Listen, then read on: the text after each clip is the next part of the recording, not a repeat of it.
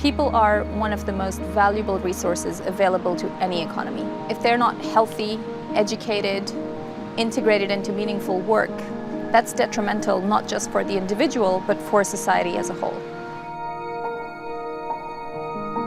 Human capital means different things to different people.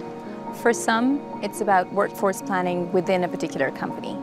For others, it's about looking at education and skills in an economy. We're trying to look at the entire human capital endowment of a nation and trying to understand, from the day people are born to the day people die, how much are they being invested in and how well is that investment being leveraged by a particular economy. This is going to be particularly important for two reasons. One is the upcoming talent scarcity in the world. Despite high levels of unemployment in certain parts of the world, we're actually going to be facing a talent crunch.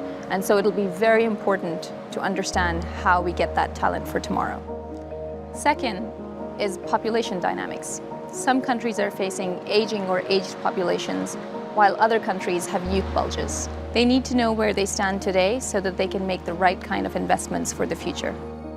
The Human Capital Index seeks to provide such a tool to business, governments, and civil society to understand what are the strengths and weaknesses of countries. It has 4 pillars: education, health and wellness, workforce and employment, and the enabling environment.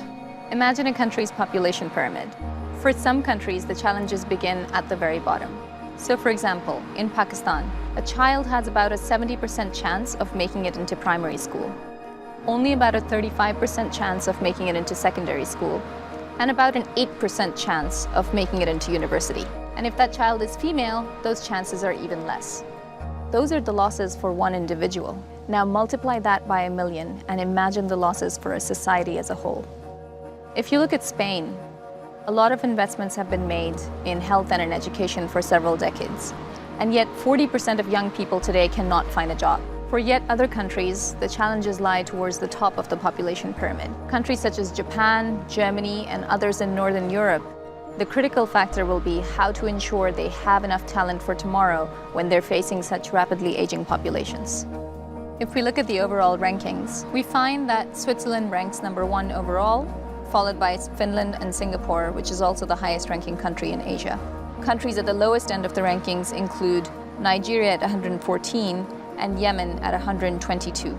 We hope that business, governments, and civil society will be able to use this report to understand where the gaps are, where the next set of investments should be made, and also how to collaborate with each other in order to further develop human capital.